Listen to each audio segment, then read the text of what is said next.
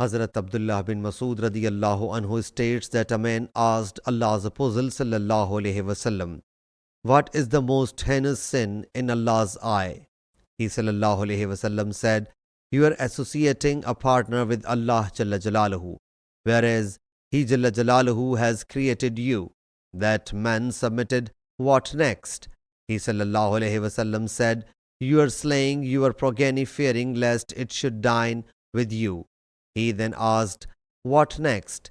He sallallahu alaihi wasallam said, "Your illegal sexual intercourse with your neighbor's wife." Allah Jalla Jalaluhu then, testifying this statement, revealed these words of the Holy Quran. Translation: "And those who worship not any other God along with Allah, and kill not any soul unjustifiably, and do not commit adultery, and whosoever does these acts will get their punishment." Surah Furqan, verse 68.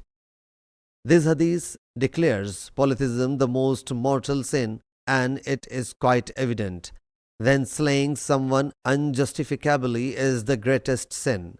Then adultery, sodomy, disobedience to parents, sorcery, calumniating the chaste women with adultery, devouring usury, and the acts like these are the most fatal sins, and each of them is called the greatest of the sins.